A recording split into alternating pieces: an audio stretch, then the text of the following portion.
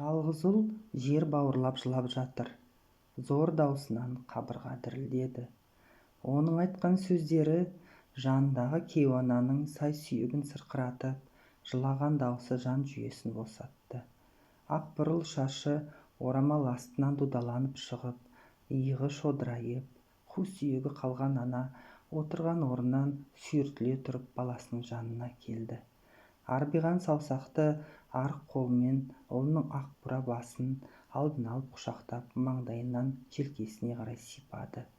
Арыстандай ақырып, өгіздей өкіріп жатқан еркек жуасығандай, анасының шодырайған тізесіне басын қойып, манағы сөздерін енді ақырын дауыспен қайталай бастады. Апа, сенің айтқаның келді. Бізді ақшаның кепиеті ұрды. Қайда барсам да жолым кесіліп, бір жаманшылық өкшелеп қуады да жүреді. Мен Зайнапты өлтірем. Сол бізге осы сұмдықты шақырған, өлтірем, деп ұмтылған баласын енді ана бауырына тартып құшағына қысты. Оның тарам-тарам болып бетін жуған жасы баласының шашына сіңіп жатты. Қой балам, өз ақымақ әйеліңді өлтіргеннен іс бітпейді. Оның қанын мойныңа жүктеп қайтесің, балаларыңның обалына қаласың.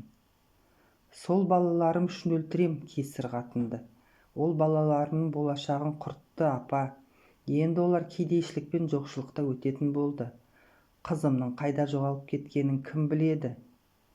Қой балам, әкеңнен құрсақта қалып сен де жетілдің, қатарыңнан қалмай азамат болдың. Олар да өз күндерін көреді. Маңдайына кедейлік жазылса, оны көреді. Ақылдары болса, жол тауып жарыққа шығады. Менің жолымның болғыштығына ата әжеммен сенің ақ тілеуің себеп болды. Сенің үлкенді құрметтеп, кішіге ізет жасап, еңбекті қадірлегеніңнен мен осы күнге жеттім, апа. Ана ақымақ қатын не еңбектің, не адамның қадірін білмейді. Келген бақты қуып шығады. Қайтып мен балаларының жолы болады, деп қу сүйек анасын құшақтаған алпамсадай еркек басын көтере беріп, босаға түбінде сүйеніп тұрған әйелін көре, жын көргенде көтеріліп, өлтірем деп тап берді. Жалмауызға да жан керек, бір әулеттің берекесін кетіріп, бағын қуып, дәулетін қашырған Зайнап хан бір кезде келін боп түскен шаңырағынан аяқ-аяғына тимей қашып баратыр. Рәшиттің әкесі Емержан егіс басында аударылған трактордың астында қалып мерт болды. Анасы Мервангүл қайғы жұтып, қан құсып жүріп баласын шала туды. Ата әжесі жалғыз ұлынан қалған шала туған нәрестені тұмаққа салып өсіріп, бауырларына басты. Арыстай азаматынан айырылса да, артында қалған бөбегінің тілеуін тілеп сабыр тұтты. 20-дан енді асқан келіндеріне 3 жылдан соң-ақ баталарын беріп, әйелі қайтыс болған азаматқа ұзатты. Енді қайтсын? Мервангүл адал сүт емген, ақ пейіл бала ғой. 2 мұңлықты аяп, жалғыз тұяқты бауырларында қалдырды. Құдай салды, біз көндік деген 2 қарт Рәшитті көздері жұмғанынша қанаттыға қақтырмай, тұмсықтыға шоқтырмай өсірді. Мектеп бітірген соң өзі алғыр бала бірден кеңестік сауда техникумы деп аталатын сол замандағы ең бір беделді оқу орнына түсіп кетті. Мервангүл ұлы оқуын аяқтағанынша ата-енесін өз отбасымен қабатында алып бақты. Дәмін таусылған атасын арулап о дүниеге аттандырды. Енесін өз анасындай ардақтады. Екінші күйеуінен туған балалары да кемпірдің бауырынан шықпайтын. Осындай мейірімді де қайырымды әйелге жерлестері құрметпен қарап, қыз келініне үлгі етіп отыратын. Әйелдің басты арманы орындалып, Емержанның жалғыз тұяғы келіншек алып, қара шаңырағына ие болды. Сырттан қараған адамға бәрі ойдағыдай, бәрі армандағандай. Қандай қиындық болса да, талшыбықтай Мервангүл қайыспай көтеріп келе жатқандай. Соның төзімділігі арқасында ата-енесі, күйеуі, балаларының ойлағандары орындалып, мақсаттарына жетіп жатқандай. Еңбекқор шаңырақтағылар таңның атысына кім егінге, кім сабаққа, кім қызметке құмырсқаша жыбырлап кетіп барады. Күннің батысынан бәрі ағаш дарбазаның есігін сықырлатып, кезек-кезегімен қайтадан құмырсқаша отбасыларына оралып жатады. Кешкі ас үстінде әркім күні бойы тындырғанын жариялап, тапқан табысын отанасы Мейірбангүлдің алақанына салып, ертеңгі күннің жоспарын құратын. Осындайда шат та шадыман шаңырақ шынашақтай ғана Зейнапхан деген келін түскеннен шайқалды. Өлет дада деп құрмет тұтқан Зайыржанның өгей әкелігі бетіне басылды. Қырық құрау болса да, Мейірбангүлдің үлкен жүрегіне сыйып, айрандай үйіп отырғандардың бір-біріне қан жағынан туыстығы жоқтықтары әшкере болды. Енді ғана қызметке тұрып, ел аузына ілініп келе жатқан Рашидтің табысы тиынына дейін саналып, оның көп аузында кетіп жатқаны айқындалды. Ақыр соңында ұлын құшақтап, ұйғырша айтқанда жамандап, жас келін төркініне тартып отырды. Артынан барған күйеуіне жеке үйге бөлініп шықпаса ажырасатынын мәлімдеді. Анасының да көңілін қимай, жарының да көңілін қимай, басы бұлғаңдап жүрген жігітті енесі үйіне кіргізбей қойды. Жалғыздан қалған қу жалғызының жасып жүргенін көргеннен Хелча Мамайдың қаны көтеріліп, аяғы қайтпас сапарға аттандырды. Ақырында шынашақтай келін жеңіп, Зайыржан мен Мейірбангүл бар жиған тергенімен Жаркенттен Рашидке үй сатып алып берді. Зайнапханның арманы орындалып, отау боп шықты. Рашид аудандық сауда басқармасында бас маман болып қызметін атқарып жүрді. Аудан көлеміндегі асханалар, азық-түлік дүкендер мен сауда-саттық орындарының бәріне кезекпен барып, кіріс-шығыстарын тексеріп, іс-қағаздарын қопастырып қайтады. Жалғыз жүрмейді, басқарманың орынбасарымен не бөлім бастықтарымен бірге іс-сапарға шығады. Олар келе жатыр дегенді естігеннен мекеме басшылары мен қызметкерлерінен ес кетеді. Ішпей, жемей, қанша қатып қалған есепші болса да, тексерушілер бір ши шығарады. Тексерістің соңы ревизорларды риза етіп, көліктермен жеткізіп салуға ұласады ғой. Үйлеріне алып келгенде қаппен күріш, қант, қымбат ішімдіктер дегендей сәлем сауқатымен қосып үйіне кіргізіп қоштасады. Айлығы майлығына, майлығы шайлығына ұласып, Рашидтің отбасы қоңдана бастады. Зайнапхан өз билігі өзіне тиген ханшайымға, бір ұл бір қыздың анасына айналды. Ішкені алдында, ішпегені артында. Өзінен артылғанын төркініне тасиды. Зайнапхан үшін осы алқып-шалқып, шашып-төгіп жүргені бақыт. Рашид табысын үйге алып келеді. Одан ары ол қайда кетіп жатыр, өзінің бауырлары мен анасына бірдеңе тиіп жатыр ма, жоқ па, жұмысы жоқ. Таңертең асығып қызметіне кетеді. Кешке қарай балаларын сағынып асығып үйіне келеді. Рашид үшін осы тынымы жоқ, табысы көп еңбегі бақыт.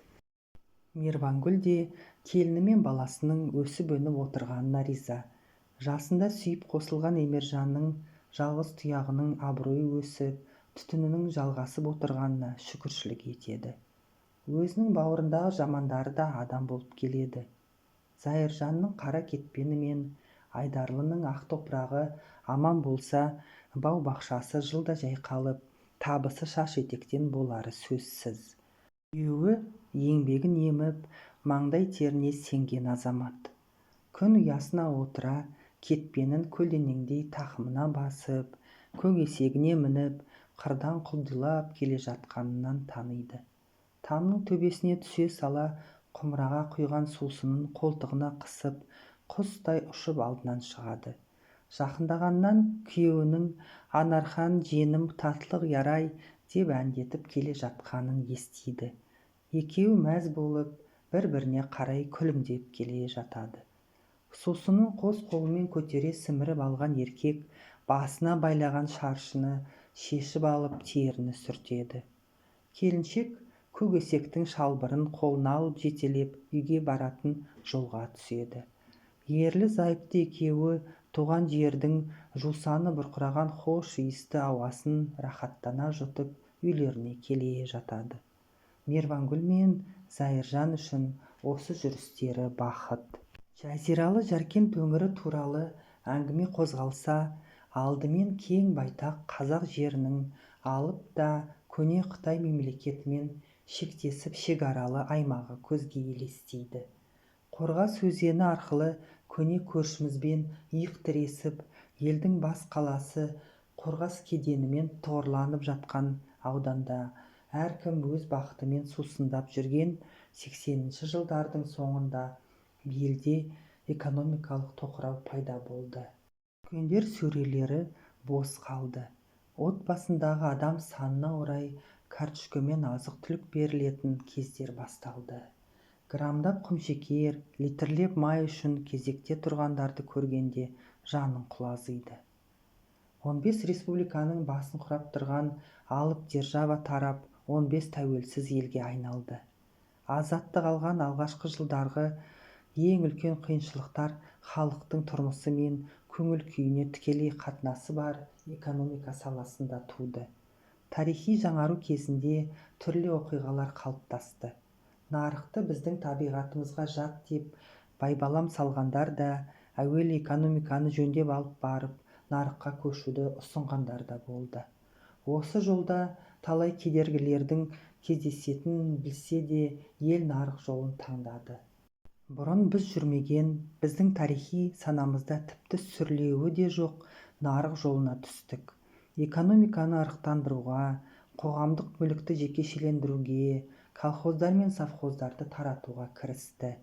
Нәтижесінде бұрынғы қалыптасқан шаруашылық жүйесінің күл-талқаны шықты. Ауылда да, қалада да халық тұрмысы күрт төмендеді. Елде жұмыссыздық басталды. Бағаны шектемей тізгінін ағытып жіберді. Әрбір заттың бағасы 10-100 еселеп өсті. Экономика саласындағы реформалардың алғашқы жылдардағы көрінісі осылай болды. Нарық жүйесі жұмыссыздық, ақшаның құнсыздануы, инфляция дегендей өз қиындықтарымен келді. Осы жағдай алдымен Рашидтің замандастарының басына туып, солар жұмыссыз қала бастады. Біраз сандалып қалған жұрт саудаға бас қойды. Жаркенттің Қытаймен шекаралас болуының тұрғылықты халыққа пайдасы осы кезде болды. Делдарлар екі араны жолға айландырып, ала қаптарын арқалап, арғы жақтың сапалы, сапасыз тауарларын бері қарай таси бастады. Сатылатын затқа өтуіне қарай өз қалауларынша баға қойды. Келе-келе қаптап тасығаннан көлікпен тасуға көшті. Қаншалықты өткізсе, соншалықты пайдасы да көбейеді. Рашид, Зайнапхан екеуі де ел қатарлы екі жақтап саудаға кірісіп кетті. Делдалдармен байланыс орнатып, Алматыға қарай тауар арттып жүрді. Жаркенттің ортасынан арт-артынан жалға алып дүкен ашып, үйлеріне ақша судай ақты. Шешесі алып берген үйді сатып, орталықтан әулі жайы кең, қос қабатты үйге қолдары жетті. Үйге де, дүкендерге де қызметшілер жалдап, құл иеленуші болып шыға келді. Азаттықтың алғашқы кезеңінде бөлініп шыққан республикалардың бәрі де орыс сомына тәуелді болды. Тоқырау жылдарында халыққа зейнетақы, айлық тауып беруде рубльге тәуелділік елге көп қиындық әкелді. Тәуелсіз мемлекет болғанының бір белгісі өз ақшасын айналымға шығару еді. Содан жас мемлекеттердің әрқайсысы өз ақшасын айналымға енгізуге тырысты. Сөйтіп, арада 3 күн өткенде айналымға су жаңа теңге енгізілді. Олар Әл-Фараби, Сүйінбай, Құрманғазы, Абай суреттері бейнеленген 1, 3, 5, 10, 20, 50 және 100-200 теңгелік номиналда шықты. Халықтың қолындағы рубльдерді теңгеге ауыстырып берді. Бас аяғы 3 күннің ішінде рубльдің құны көк тиын болып шыға келді. Рашидтің дүкенінің сатушылары мен алып сатарлары Зайнапханға тиынына дейін санап есеп беріп тұратын. Ақша ауысқанда бір сомдық сарғұлақтар ауыстыруға үлгермей қалды. Жиыстыра келгенде желім қалтамен бірінді болды. Енді оның құны жоғына жын ұстаған әйел сол қалтасымен сырттағы дәретханаға апарып қойды. Оны бірінші көрген аула сыпырушы әйел сарғұлақтарды қолына ұстап тұрып қайран қалды. Дәретханаға байқамай қалтамен шығарып жіберді ме екен деп ойлап, қажайкесіне жүгіріп келді де қалтаны құшақтап: «Қажайке, мынау ақша салған қалтаны біреу дәретханада ұмытып кетіпті» деп. Күңнің қолындағы таныс ала қалтаны көрген келіншек жұлынып, аяғының басына түскен жібек халатына сүрініп қабынып жанына жетіп келді де: «Немене, жаңалық ашқандай болып тұрсың? Ақша ауысып, бір сомның арт сүртетін қағазға да жарамай қалғанын естімедің бе? Апар қайтадан, ең болмаса дәретхана қажетіне жарасын» деп қолынан жұлып алып дәретхана жаққа қарай лақтырып жіберді. Бейшара аула сыпырушы не десін, тоңқаңдап жүріп шашылған сары құлақтарды қайта жинап, қалтаға салып дәретханаға алып бара жатты. Миллиондаған халықтың маңдай терімен суарылған сомның құны кеткенде, кепиетінен қорықпай дәретханаға тастаған кесір қатын түк болмағандай баспалдақта керіліп көшеге қарады. Дәретханаға қойғанымен ешкімнің оның пайдалануға қолы бармай, сол қалпында аузы ашық қалтадан көзді тартып қайран ақша бұрышта тұрды. Рашид Алматыдағы саудасының есебін алып қайтарда жолай Айдарлыға соғып, анасын ала келді. Баласының үйі тура қаладағыдай дәретханасы, жуынатын шайынатын орындары ішінде болғанымен, қартаң әйел өзі үйренген сырттағы дәретханаға шығатын. Бұрышта тұрған ала қалтаны, оның ашық аузынан қылтиып қарап тұрған сарғұлақ бір сомдықтарды көрген әйел алғашында өз көзіне өзі сенбеді. Суретін салған қағаз ба деп ойлады. Қолын алып сытырлатып ұстап көрді. О тоба, ақша! Кәдімгі бір кезде біреулер зар болған, біреулердің маңдай терінің өтеміне төленген ақша. Біреулер осы үшін соғысып, қан төгіліп, адам өлген қасиетті ақша. Оны кім дәретханаға қойған? Дорбаның ішіне қолын салып, ары-бері қопарылыстырып көрді. Бәрі сарғұлақ сытырлаған бір сомдық. Иіскеп көрді. Адамдардың тер иісі сіңген кәдімгі ақша. Мына сұмдықтан шошыған ана бісміллә деп дорбаның аузын жинақтап, қолтығына қысып, сыртқа шығып жан-жағына қарады. Ана жерде аула сыпырушы әйел гүлдерді суарып тұр еді. «Әй, қатын!» деп қолын бұлғап шақырды. Ол шашыратып тұрған суын тоқтата сала жанына жүгіріп келді. «Амансың ба? Жақсымысыз, апа? Сен осы үйдің қызметшісісің бе?» «Иә». «Мына дәретханаға да сен қарайсың ба?» «Иә». «Мына ақшаны біреу дәретханаға қалдырып кеткен бе?» «Мен де сондай ойлап Қажайкеге алып барып едім, қазір оның құны жоқ деп қайта апарғызып қойды ғой», деп бейшара жер шұқып тұр көзімен. Ашу буған Мервангүл қалтаны қолтықтаған күйі балалары демалып отырған қонақ бөлмеге бірақ кірді. Ұлы жол бойғы сүркілден диванда шалқасынан жан шақырып жатыр. Келіні дударбас біреуге аяғының тырнағына сыр жақтырып отыр. Немерелері келесі бөлме телевизор көріп жатқандай. Есіктен алқына кірген ана есік түбінде осы көріністі қарап тұрды. Оны ешкім байқайтын емес, өзінше алқып-шалқып жатқан өмір. Есіктен бір қадам аттады да айқай салды. «Әй, Зайнап, сен ба мына сұмдықты істеген?» деп шаңқылдаған әйел даусынан шошып кеткен бояушы қыз сырын төгіп алды еденге. Көзін жұмып демалып жатқан еркек басын жастықтан жұлып алып есікке қарады. Бұл күнде толыса бастаған Зайнаптың өзі отырған жерінен атып тұрды. Арғы бөлмеден немере қыз жүгіріп келіп не болып қалды дегендей есіктен елеңдеп қарап қалды. «Мынау не?» деп ала дорбаны бөлменің ортасына лақтырып жіберді. Еденде сарғұлақтар ақтарылып жатты. Таныс ала дорба мен таныс сарғұлақ бір сомдықтар тағы алдынан шыққанға келіншектің жыны келіп, «Не бопты?» деп енесінің бетінен ала қарсы шаңқ етті.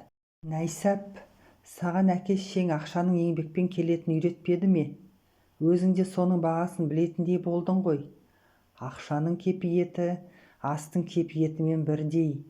Кесірлік көрсеткендерді оның кепиеті ұрып, аштықта бұралып жатқандарын көргенбіз.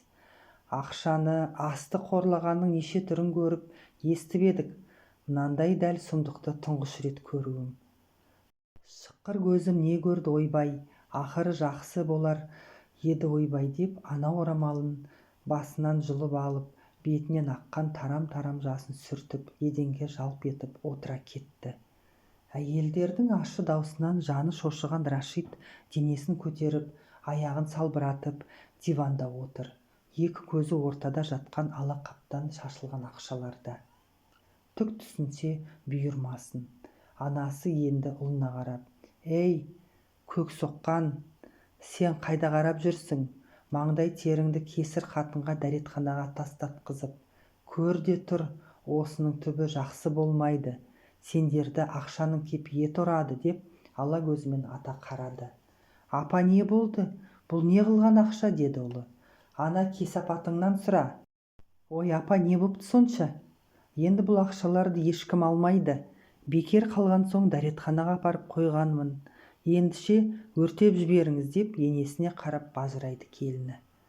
Сонда барып бірдеңенің мәнісін ұққандай болған Рашид орнынан тұрып, ортада ақтарылып жатқан бір сомдықтарды сытырлатып уыстап ұстады. «Немене, сен мыналарды дәретханаға қойғанбысың?» деп әйеліне тап берді. «Толық адам қайдан қашып үлгерсін?» Күйеуі шашынан шап берді. Басын өзіне қаратып алып, бетінен былш түкіріп, есікке қарай итеріп жіберді. Әйелі өзіне қарап бажылдап бірдеңе деп еді, май құйрығынан бір-ақ тепті де далаға атып шықты. Ананың айтқаны келді ме, ақшаның кепиеті ұрды ма, содан көп ұзамай-ақ Рашидтің тіршілігі шатқаяқтады. Жалға алып ашқан дүкендерінің иелері уәделерінен айнып, олардан қымбат төлейтіндерге бет бұрып кетті. Алматыдағы тауар алатындары бұлардан гөрі арзан өткізетіндермен байланыса бастады. Нарықпен бәсекеге шыдамай басындағы хан сарайды сатып, шағындау үйге көшті.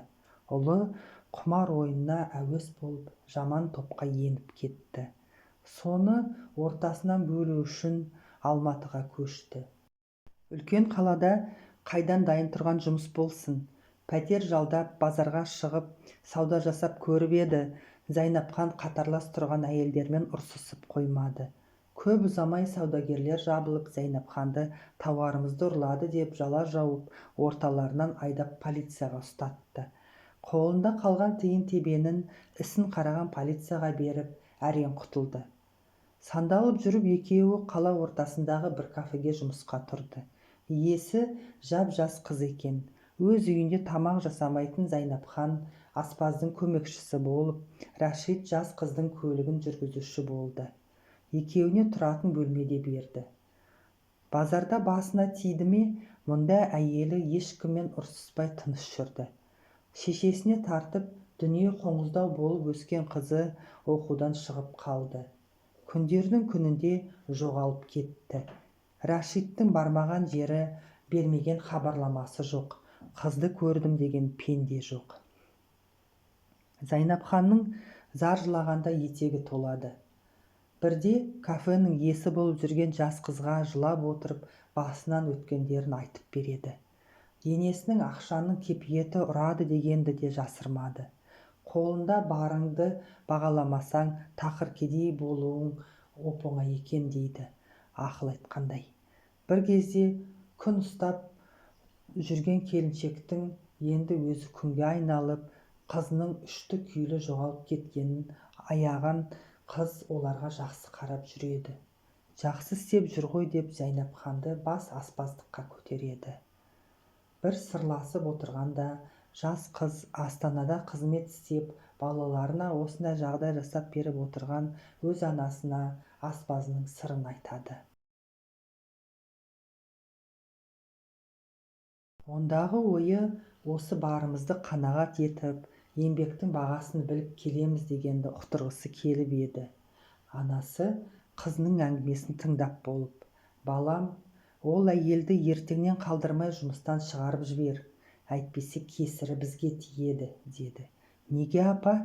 «Зайнап тәте бұл күнде сол істегендеріне өкінеді, түзеліп келеді», деп араша түсті. «Жоқ, балам, оны Құдай ғана түзейді. Менің әкем де ақшаның кепиеті болады, ол маңдай термен өлшенеді», деп отыратын. Қолыңа тиген ақшаны құрметтеп, дүкенде қайтарғанда тиынын санап алып, жерде жатқан бір тиынды да көтер деп үйреткен. Сондай қасиетті нәрсені дәретханаға қойды дегенді осыншама кітап оқып, осыншама адамдардан әңгімелер тыңдап жүріп естімеппін. Олардың ақшаның қарғысы атқан шығар, шынында аулақ жүр шырағым», деп шошып кетті.